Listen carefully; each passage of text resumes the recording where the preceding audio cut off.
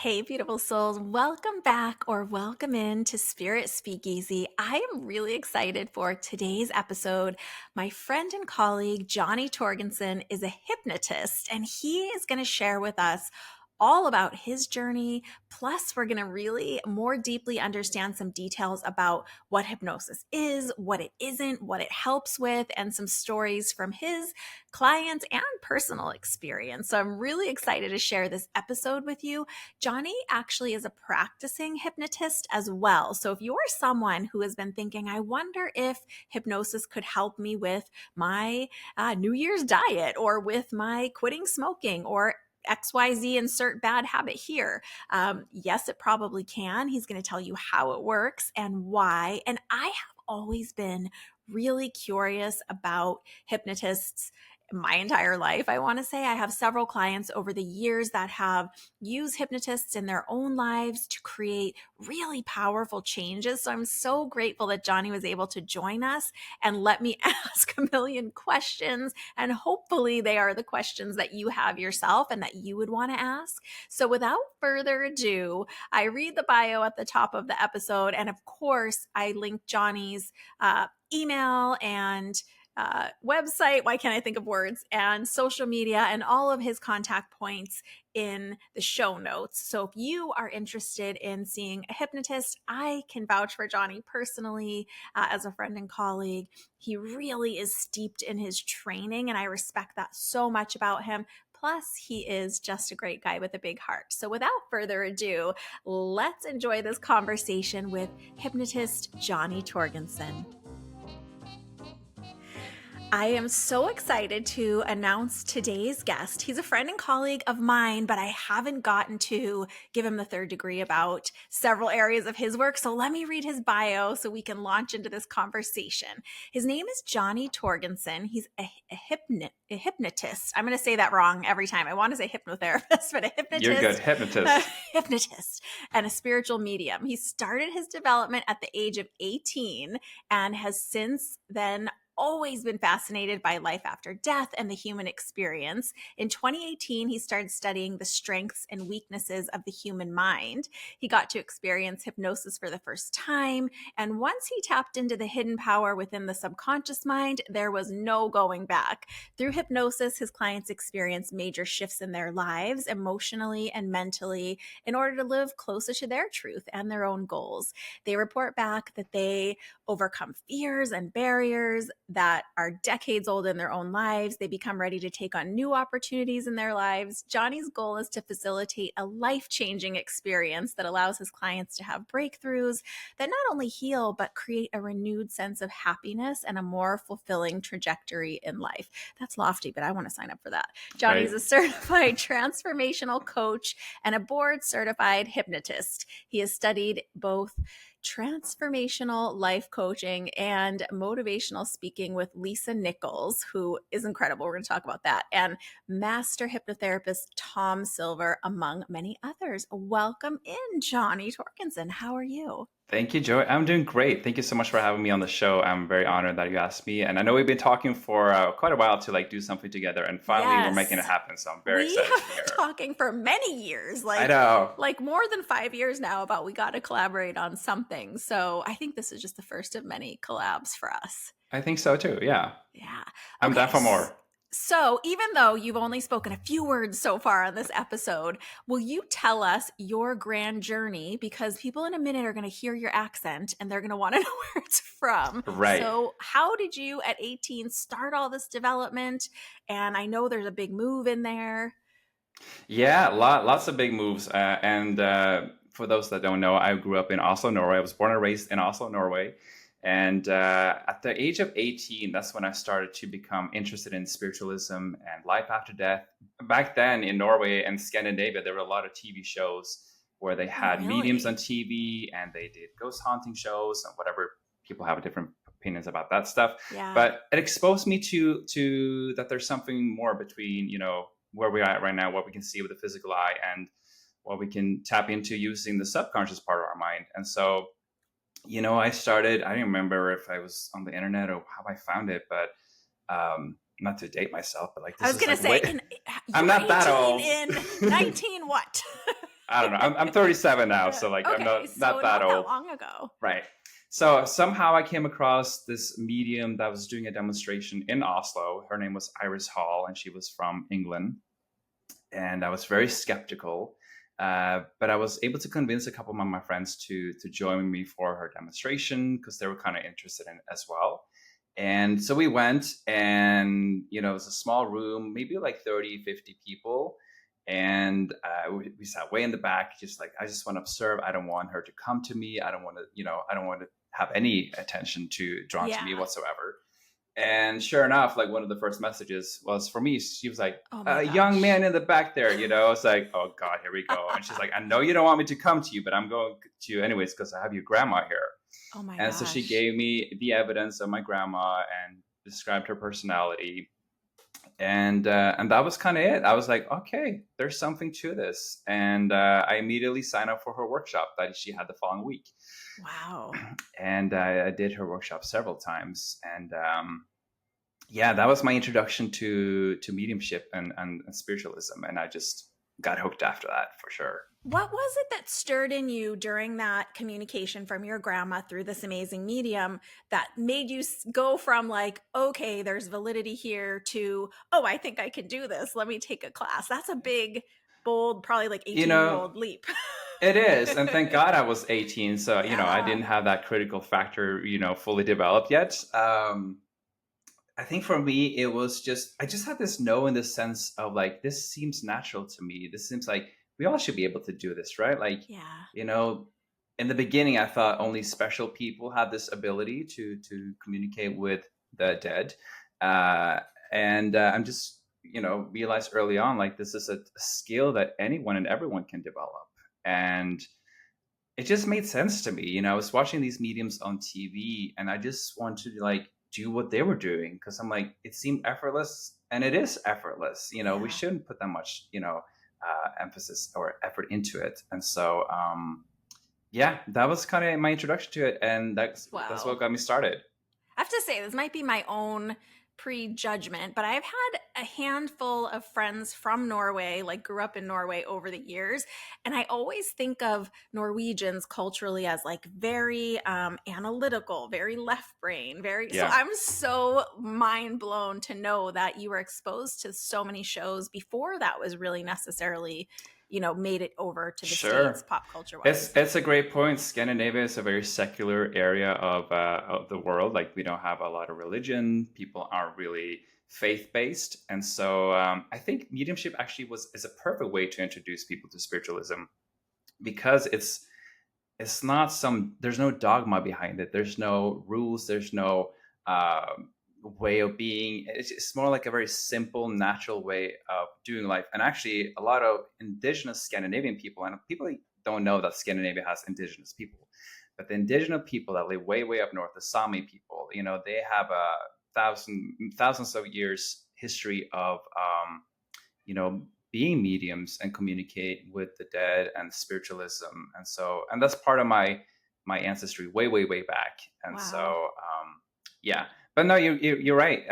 There's a lot of skepticism in Scandinavia, and rightly so, because as we know, in this industry, whatever you want to call it, there's a lot of BS, and Yeah. it's good to have a healthy, skeptical mind. Yeah, So yeah, absolutely. I agree. And I'm wondering if that belief that seems to like have permeated you always, this like, okay, a healthy skepticism, but I will go with what I feel, if that's what led you through this training to also want to train in the hypnosis to become a hypnotherapist. right. Because what I learned, we do all the meditation, when we develop as mediums, and that's such an important part of our journey when we develop ourselves. And really, Yeah. mediumship is just that, byproduct of being spiritual. I think for me, growing up in Norway, God love my home country. I love the people there. I love my family. I love my friends. But we're not very emotional there. And Yeah. so once you get to That's learn true. to sit with yourself, be with yourself, you get to tap into your own emotions. And when you do that, there's going to be a lot of darkness there. There might be some, old trauma, some Yeah. murkiness, whatever you want to call it. And I think for me, it's almost like you get to meet yourself in the doorway. once you sit in the quiet, you get to sit with yourself, be with your own feelings and emotions. You're like, oh, this is kind of uncomfortable. This isn't all that Yeah. pleasant.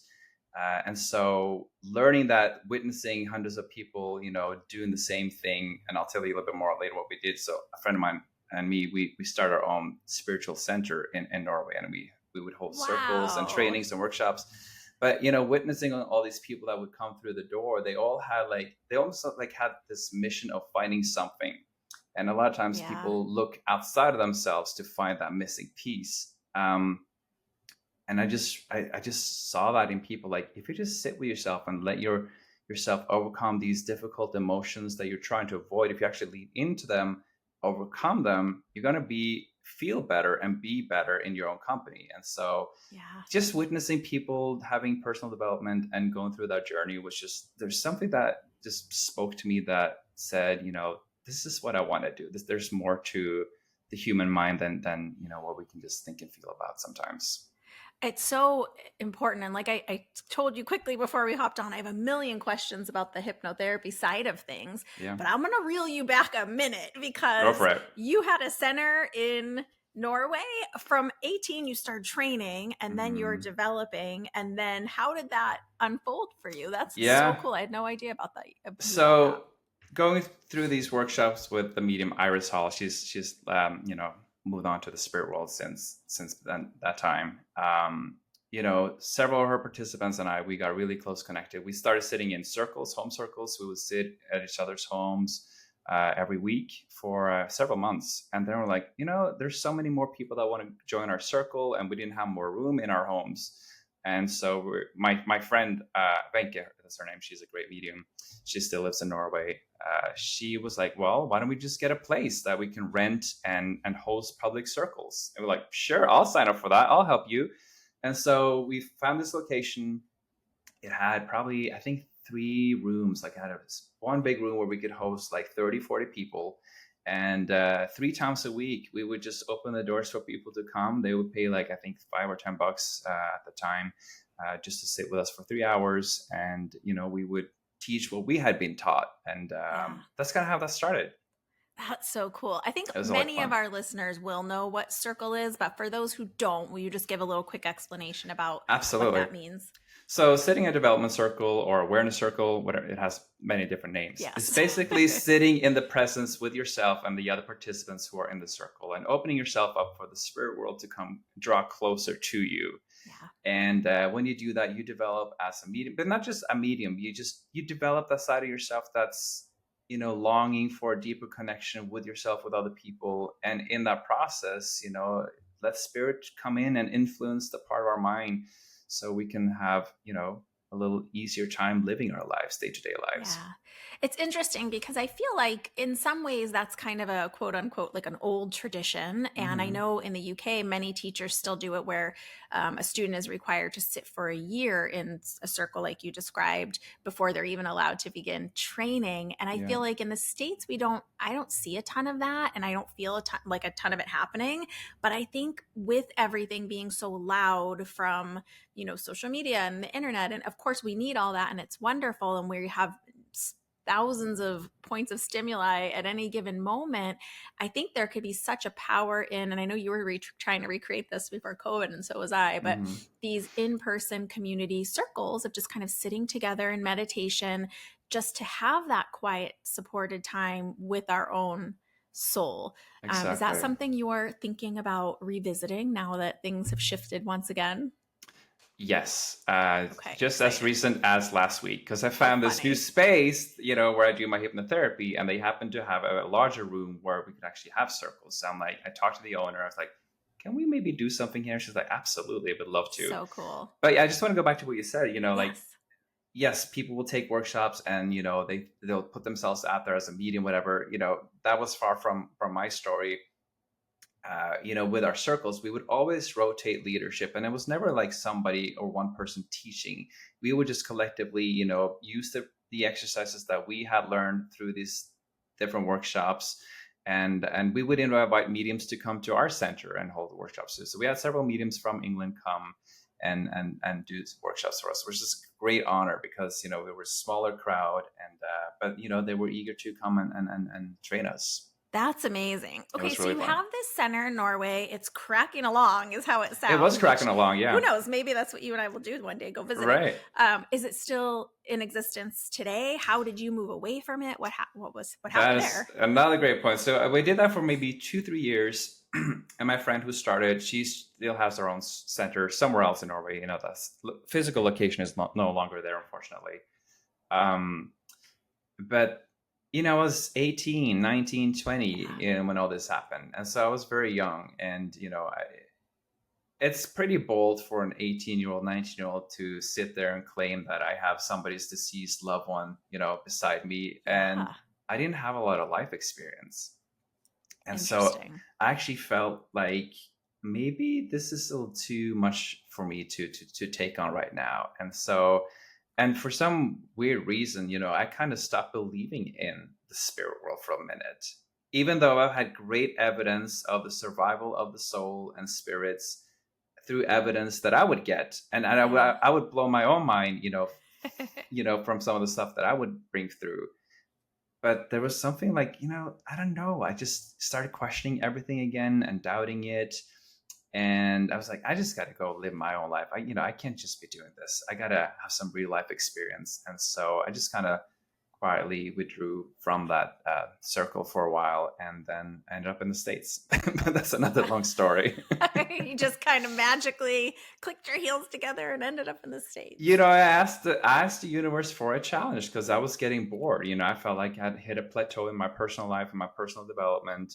Yeah. And, nothing was really satisfying me. And I was like, just want to explore what's out there. I just had this intrinsic desire to learn more about life and different cultures, and never thought I would end up in the States, but here we are. Wow. It's crazy once we kind of open it up to spirit, or, cry out and say like, okay, I don't know what's Right. next. I don't know what to do. I just know this doesn't feel like I'm in the right place any longer, right? Yes. I think it's such an important point that you bring up, because as humans, our nature is to like settle into a groove, and this is the way it's going to be from here. And we're, to your point, ever evolving and changing. And so for anyone listening, sometimes when we do start to get that stirring in us of, these shoes don't fit anymore type of a feeling in whatever field we're in, it is a good indication from our own soul that there's just more for us to do, right? Absolutely. And, looking back, there's a part of me that wishes I had that ability to just be cool with status quo and just not move and just be happy, working 9 to 5 and, all that stuff. But thank God I was young, and, I just followed my heart. And, wow. I just would listen to it. Thank God I listened to it. That's amazing. Well, and you grasped the opportunities that were coming across your path, is what it sounds like. Yeah. There's this funny quote that I hear all the time. We make a plan on how we think life should unfold, and the universe will just laugh at us. Like you can't plan this part of life. I don't think so. And it's so funny because you just articulated something right before that I feel all the time of like, yeah, I wish I could have just studied in one field and did a traditional, 9 to 5 and check out with my 401k. And, I just, right. Those shoes don't fit me. It me. sounds very comfortable. It sounds very relaxing, comfortable, but so boring. I know. Oh my gosh. So you moved to the US, and then are you practicing mediumship here, or are you on full break from that and just searching full on for break, something else? Searching for something else?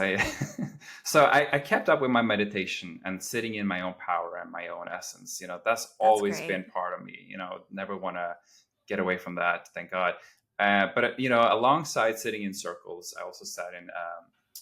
I had a meditation teacher in Norway, and he had a very interesting background and tradition of something called Trika yoga meditation, which is like a double breathing exercise where you stare into the teacher's eyes and you have this energy exchange for expansion. And I got so much out of that, so much so because he was connected to an ashram.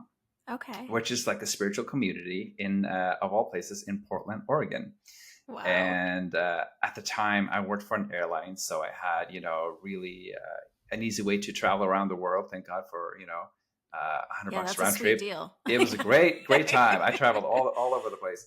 And so I was like, let me just go visit this place in Portland. Never been to America before, never been on a transatlantic flight whatsoever, and just decided to go. And he connected me with some of the people that lived at this ashram, this community, and they embraced me, took me in, and yeah, just did a few workshops there. Wow. And that was my introduction to America. It was a very soft cushion to land on coming here. Yeah. And yeah, so I did that for a couple of years. Lived there for actually, I think I lived there for about a year total. Okay. And Yeah, so you came and went, or was it solid year? so no, I had to go back and forth several times, and Okay. then I think the longest I stayed was like 6 months, but accumulated up to like Wow. a year. What was that contrast like from being in that like warm and fuzzy ashram community where everyone's in Mhm. meditation and tries to be peaceful to going back into like, the real world? Was that a tough back and forth?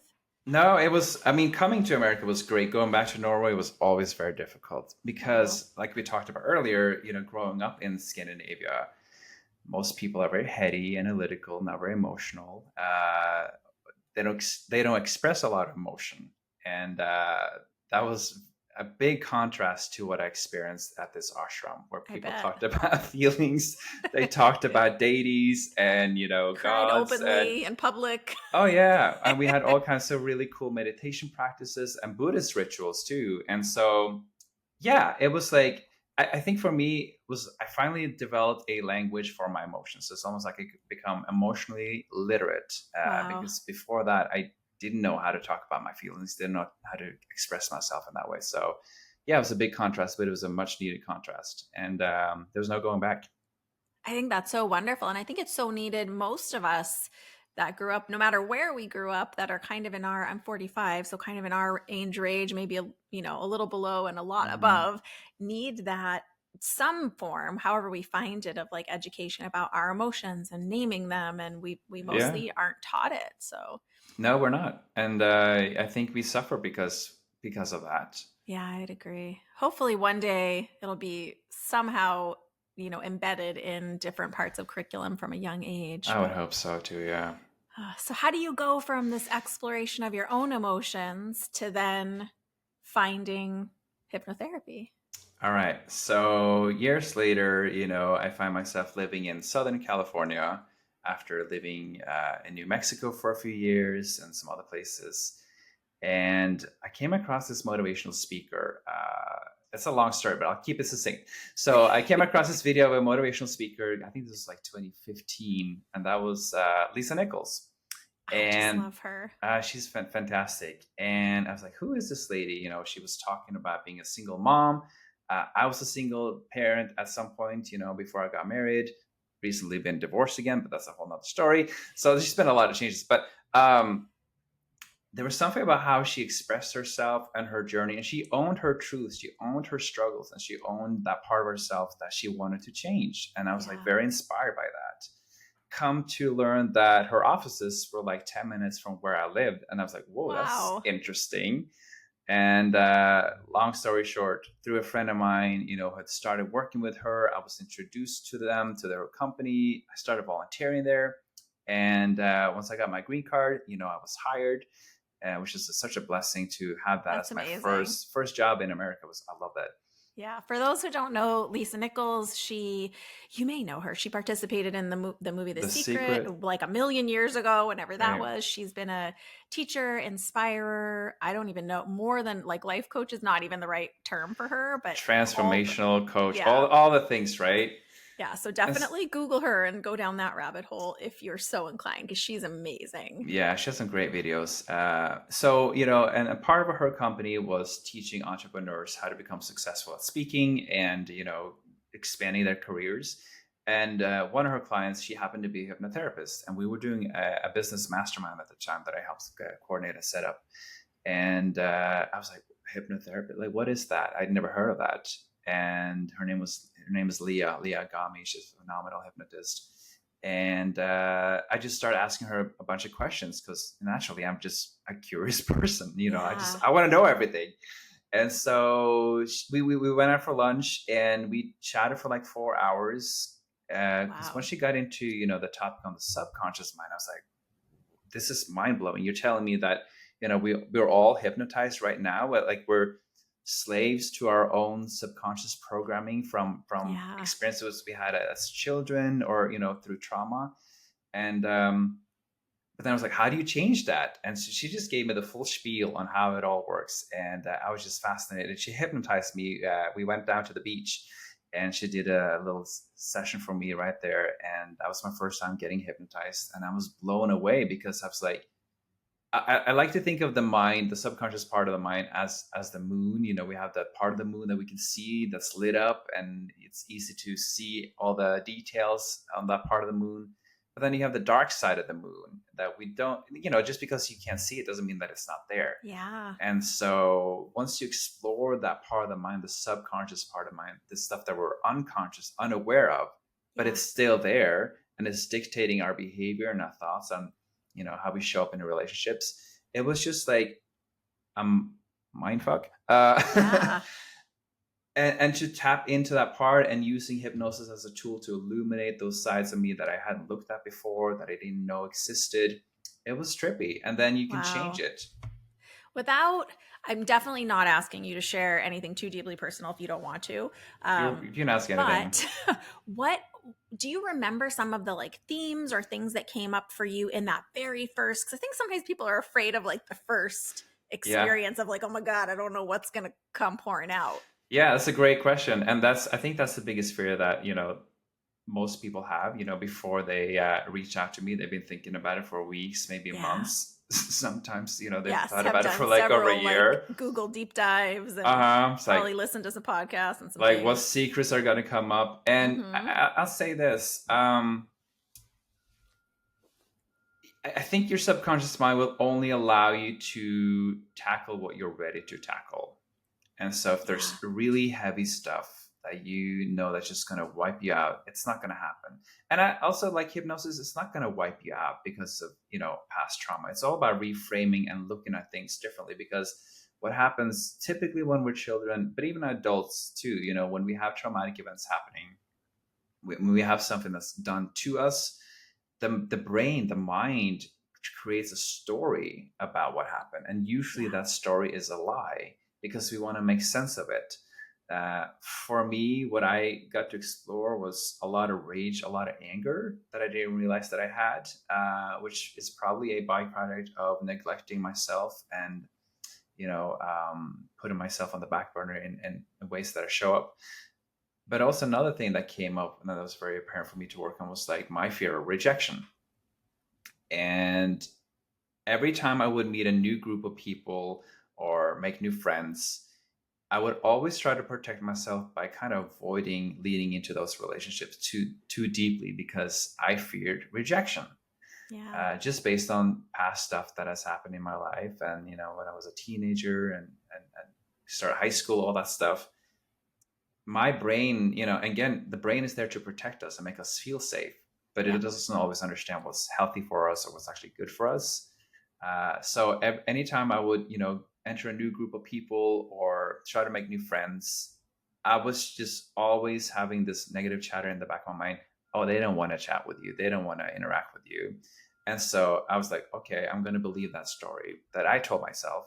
And so I would never get to, lean into those relationships as deeply as I can now.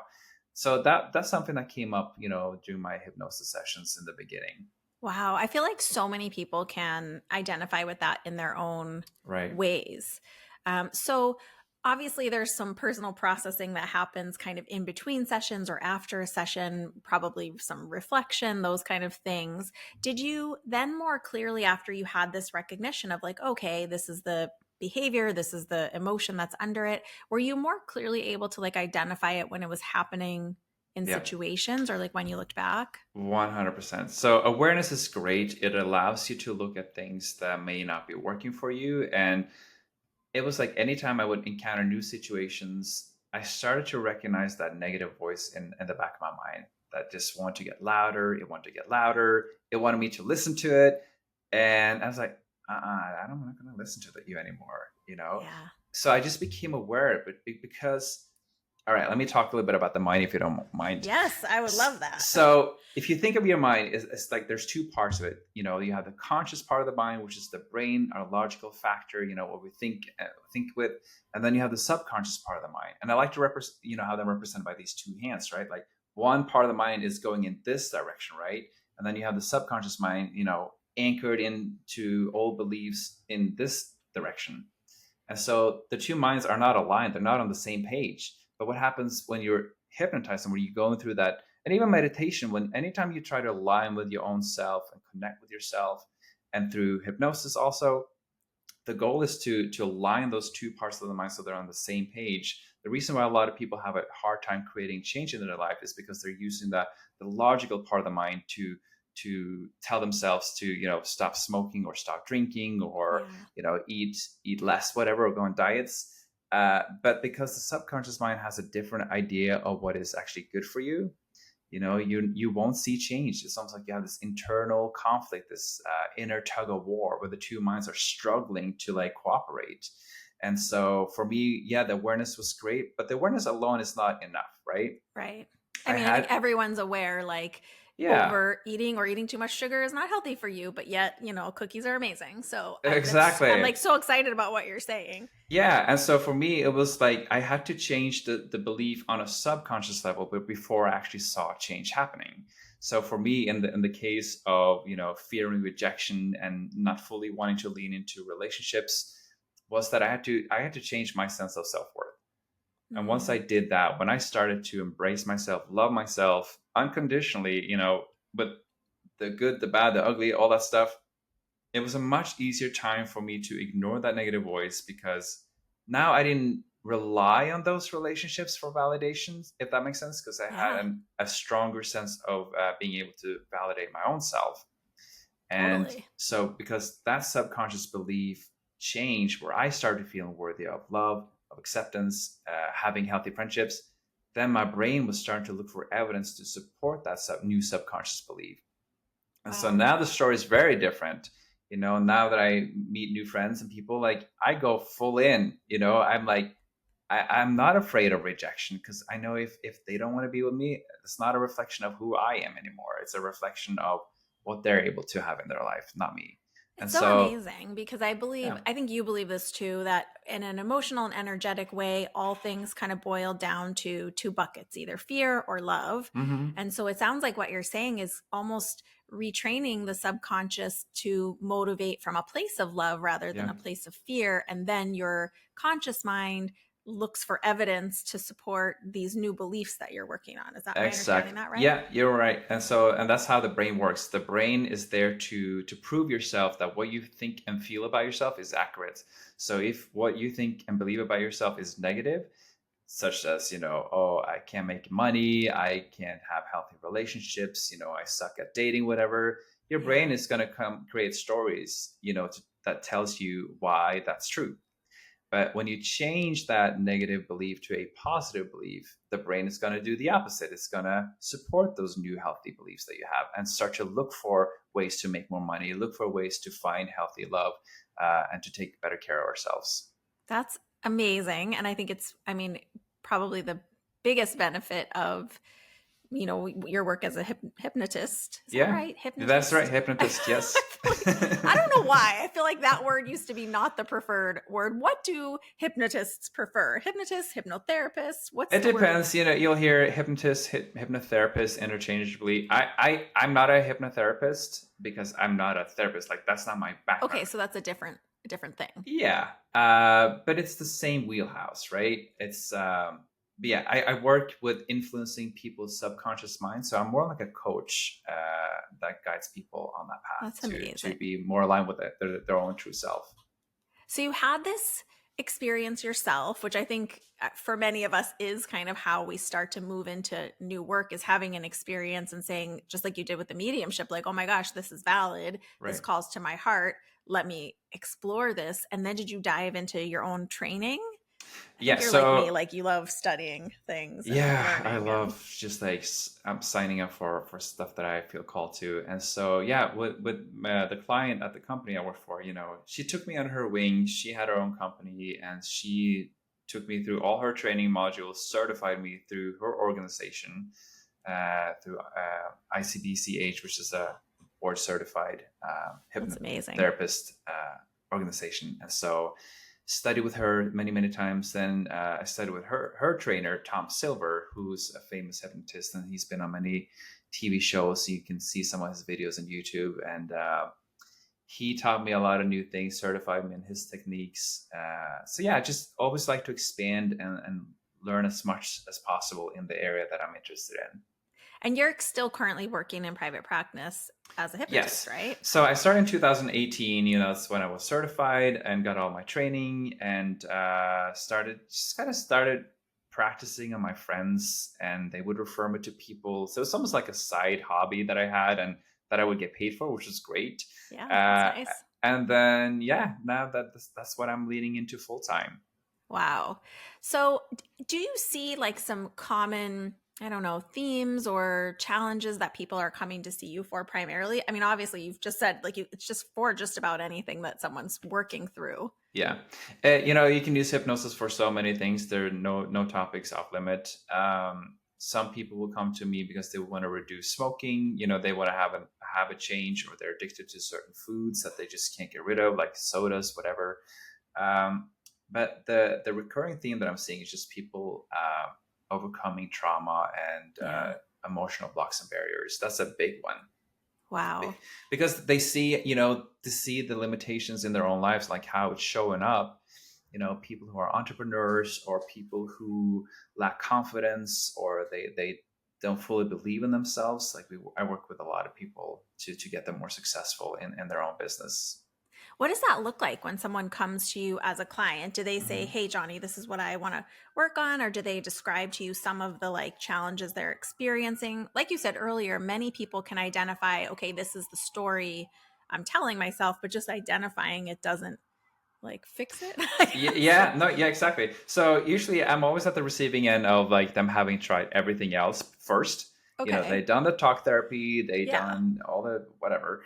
Read a Uh, lot of books, all and the they're like, things. I got nothing to lose. I heard about hypnosis. I'm very skeptical. They all say that I'm very skeptical of them. They're like, I don't know if I believe in it. Do people say like, "I don't think you could hypnotize me"? Oh, You hear that a all the lot. time, all the time. And people have a very, skewed idea what hypnosis is and feels like. People think they're in some kind of trance state, which is it's not really accurate. So it's a state between being awake and being asleep. And so you're fully alert and you're fully aware, which is an important part of why hypnosis is so powerful, because you have to use that imagination, the part of the emotional mind, to create change. So people, yeah, well, they will come to me and they're like, I don't think you can hypnotize me, but I have nothing to lose. I want to try this. And so usually they think they come to me for one issue, or they think that they know the root cause of their issue. But after a session or two, they're like, oh, yeah, I didn't realize that, when my mom used to yell at me, that's why I have this belief that I'm not good enough. Or they had people violate them in the past in certain different areas, and just how much that's affected them. And Yeah. just seeing people, like, I think if people had been aware of what's actually caused the trauma or the negative beliefs that they held, they wouldn't be so limited. uh, Yeah.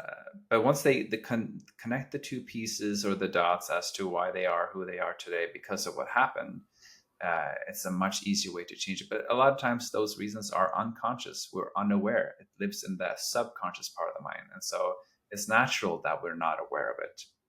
Well, I mean, to your earlier point, it's because our subconscious is trying to protect us from Yeah, certain areas and creating these patterns based on stories to exactly. protect us from like experiencing, like you said, someone abandoning you or someone rejecting you or, whatever the case may be in each person. Yeah. Is that right? Yeah, and the brain, again, because it's trying to support and prove that belief that it's true. You're stuck in this internal loop Yeah. where your thoughts are feeding into your emotions are feeding into your thoughts. You're stuck in this hypnotic cycle. It's a form of hypnosis. Wow. Your brain is and behavior is latching on to that subconscious belief, and until you break that belief and change that belief, you won't see change, or at least it will take a long time. Okay, so is this why, for example, like I sometimes have clients come, I have a few that I'm thinking of right now, and no matter what they do or how they work on themselves or what they recognize consciously, they seem to continuously choose different versions of the same partner, for example. Is Hmm. this why is this why this happens? Yeah. Wow. Well, it could be, I'm not going to say for sure A certain, but contributing factor, let's say it that way. yeah, and it's like any person who's just trying to create a change. Sorry, something popped on my That's computer okay. here. So when people try to create a change, again, they're using the logical part of their mind. And so in the instance of your clients, attracting the same partners. Yeah, okay, relationships is a whole nother beast and story. And I love talking about that because we have to talk about attachment theories, I think. So if people aren't aware of it, people are, it's not as black and white as I'm going to tell it is, but people are anxiously attached to people. People are avoidantly attached to partners. Uh, Ideally, you want to be securely attached to your partner, and then you Yes. have some who are both anxious and avoidant in the same concept. So I think for people who tend to gravitate towards the same partners, maybe there's a fear of them not wanting to be by themselves and being single, and maybe they fear that experience because they're not comfortable being who they are or being with who they are, their own soul Yeah. self. And so again, they're chasing something outside of themselves, something external to make them feel better. But once you realize that nothing outside of you can fix you, and you Yeah. just take ownership and accountability for your own actions and your own emotions, the story is going to be very different. People are either looking to fix other people or they're looking to be fixed by other people.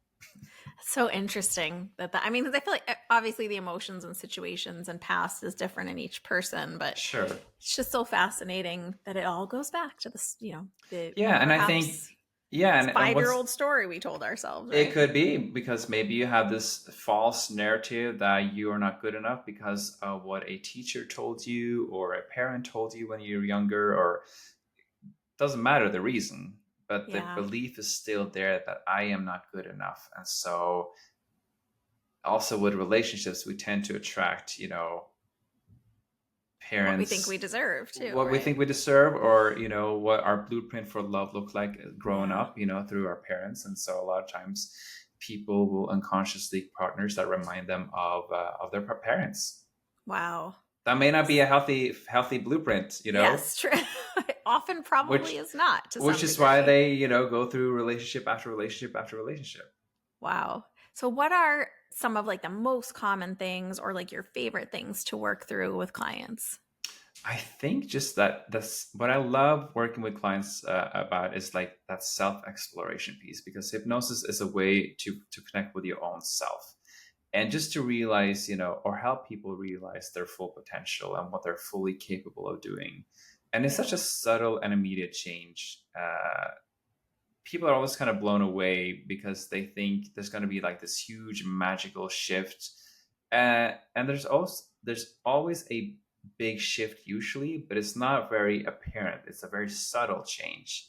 So if you think about how the mind works, the subconscious part of your mind doesn't understand the difference between imagination and reality. And so when you're in that perfectly receptive state of hypnosis, you can tell the subconscious mind all kinds of positive, wonderful things, and it's going to accept it as truth right there, right in that very moment. And usually it's very permanent.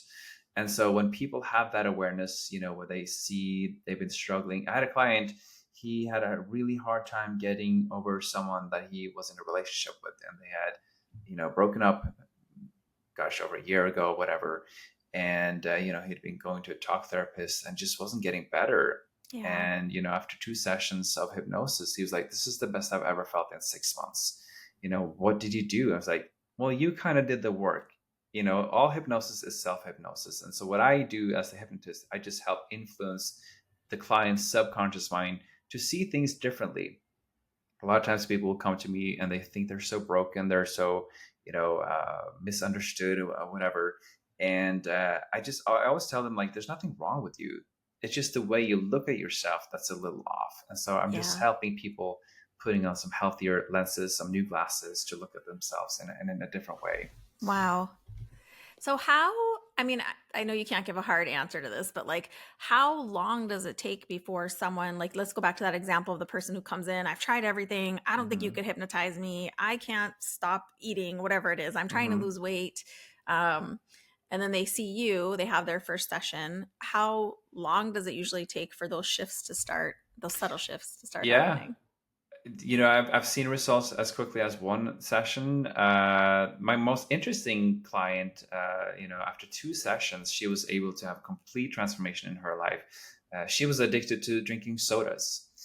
For decades, she would drink sodas first in the morning, afternoon. Like, she never drank water. All she drank was just soda. So unhealthy, right? And she's Yeah. fully aware of this and very skeptical to hypnosis, very fearful, very much like a control freak, thinking like, nah, this is not going to work. But, what do I got to lose? Yeah. And so we did one session, and she immediately started feeling better, and she would reduce her intake of sodas. But then after the second session, she was like, I no longer crave it whatsoever. And Wow. it's been, gosh, I think over a year and a half, maybe 2 years, and she just drinks water.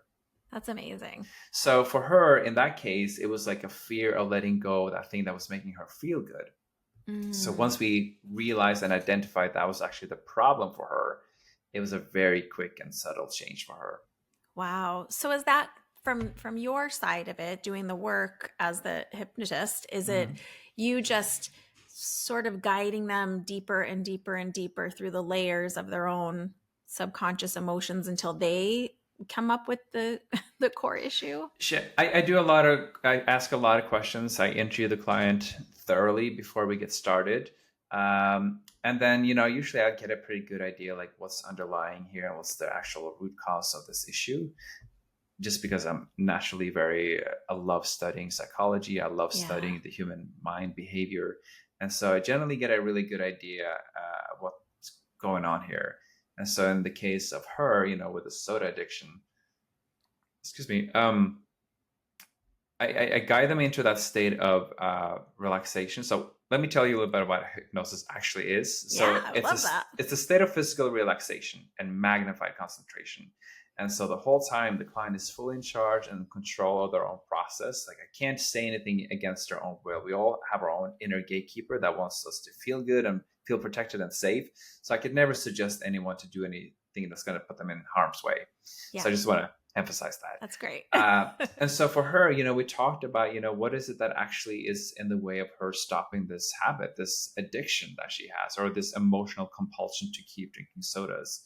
And, in most of those cases, it's because they want to make themselves feel good and they want to avoid this uncomfortable feelings and emotions. Okay. And so once we identified that, it was like, well, how do you feel if you weren't able to have access to sodas ever again? And she was just like, oh, I would panic. I don't know how I would cope and live life without it. And so we were like, okay, so you have a fear of being without the thing that's making you feel good. Now, so it's not the soda itself that's making her feel better. It's the the masking of uncomfortable emotions. Yeah. And so when we train the subconscious mind to replace the negative habit with a new habit where she could still access these ways of making herself feel better, but through healthier ways, it was a done deal. It was a very easy transition for her. Uh, Wow. but also to teach her ways to sit with herself and be okay with her own emotions and help her process emotions.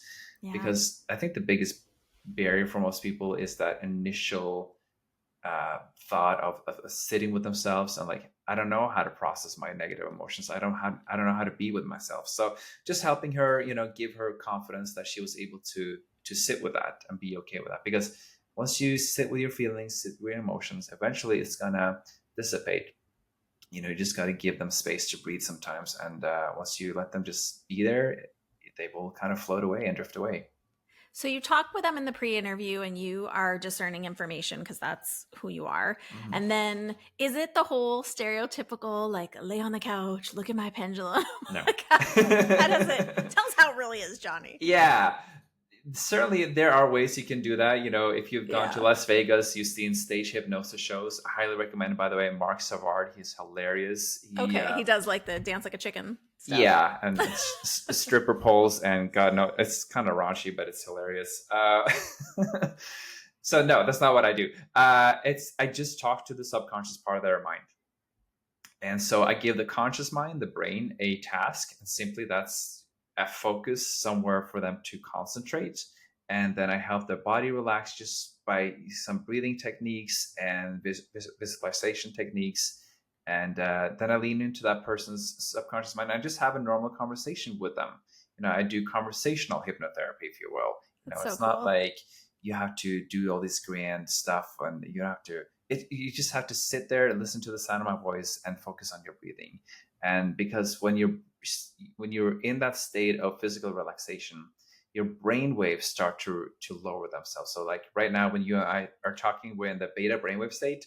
The second you close your eyes, you start to take a deep breath, you tap into alpha brainwave state, and then sometimes you can go into a theta and then delta, right? And so hypnosis is that state between being awake and being asleep. So you'll find that your mind may be drifting away to some pleasant place, or you'll hear everything that I say, and so you're like riding the hypnotic wave where the brain waves are just kind of going up and down and up and down. And through some of the trainings that I did, we had a device on our head where we could actually monitor our brain waves, and it was Oh, really that's so cool. So cool. we could like look at the screen and study the other students' brainwave activities, Oh, that's as so they were neat. going through hypnosis. I love that. Wow, that's so cool.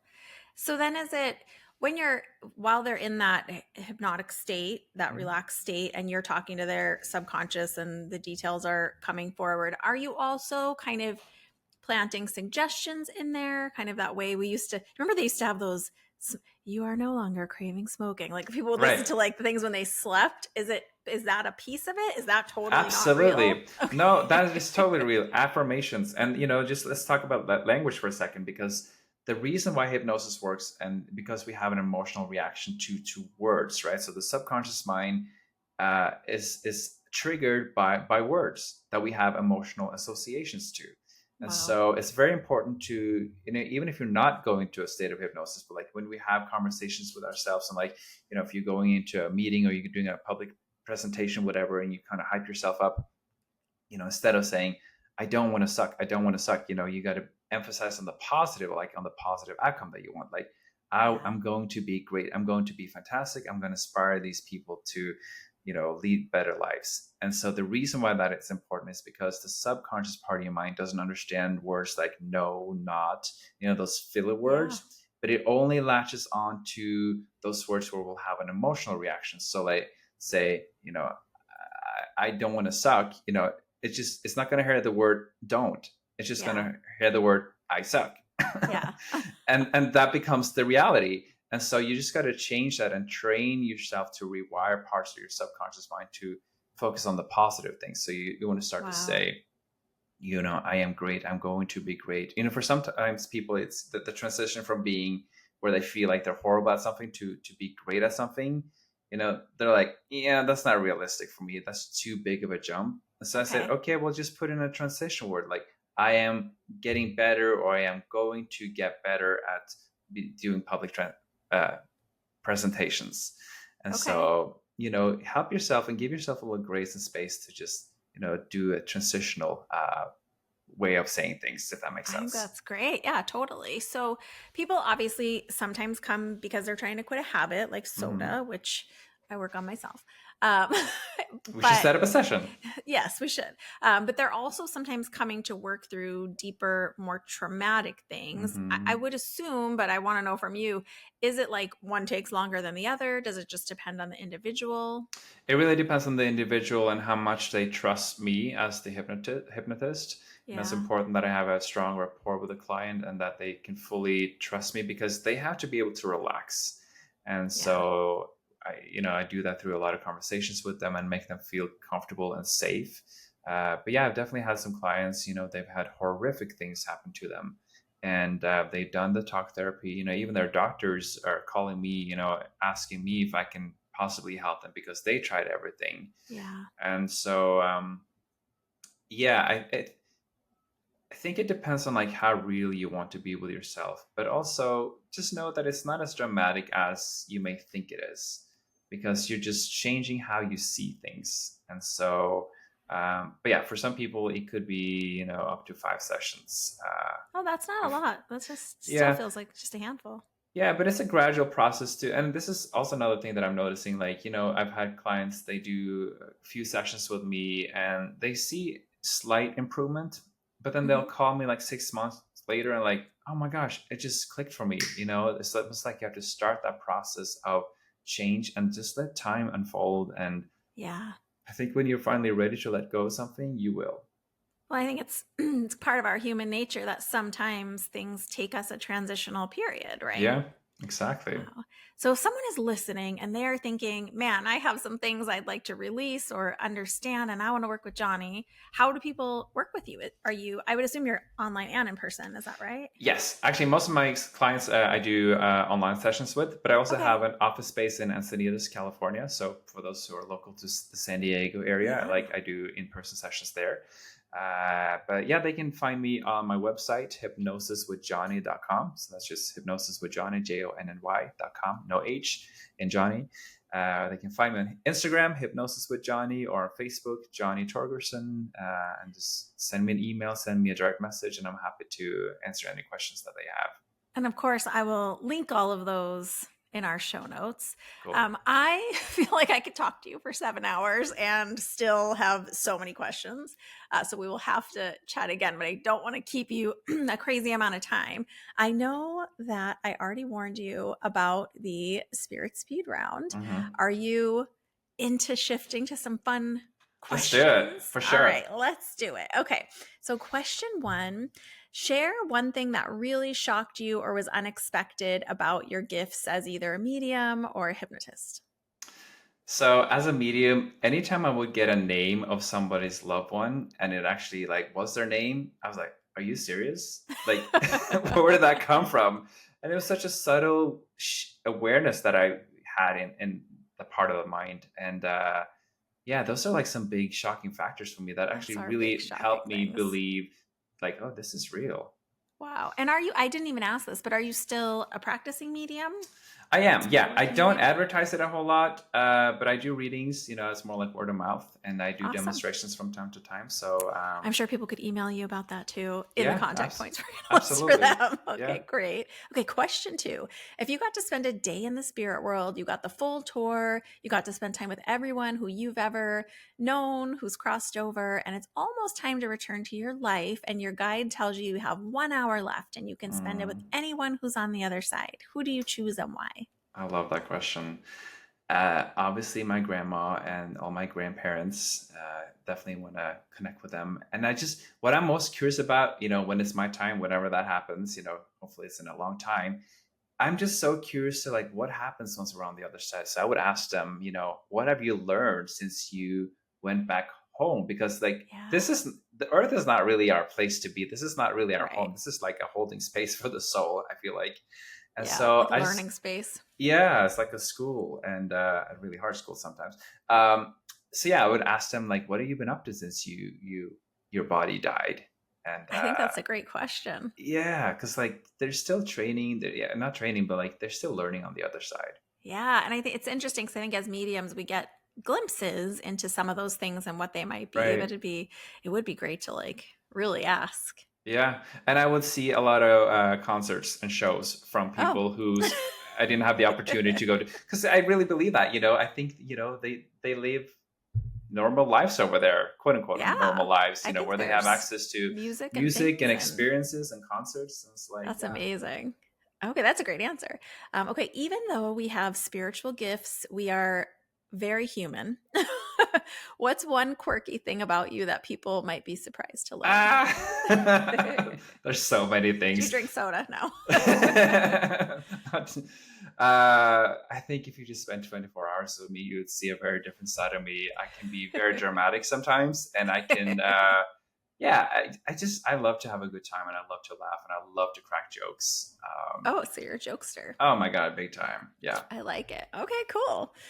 Okay, final question. Leave us with a pearl of wisdom. What's one piece of advice that you wish that you'd had earlier on in your understanding of all of your gifts?